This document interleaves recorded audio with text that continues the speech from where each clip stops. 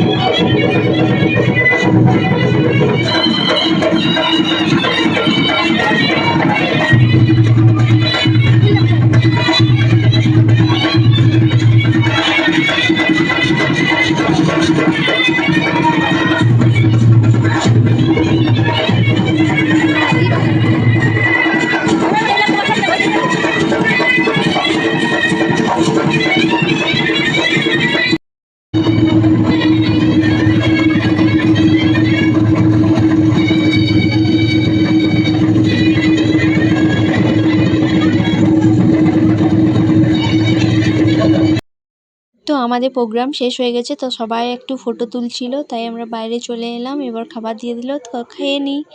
তো চলো টাটা। ভিডিওটা ভালো লাগলে লাইক কমেন্ট শেয়ার।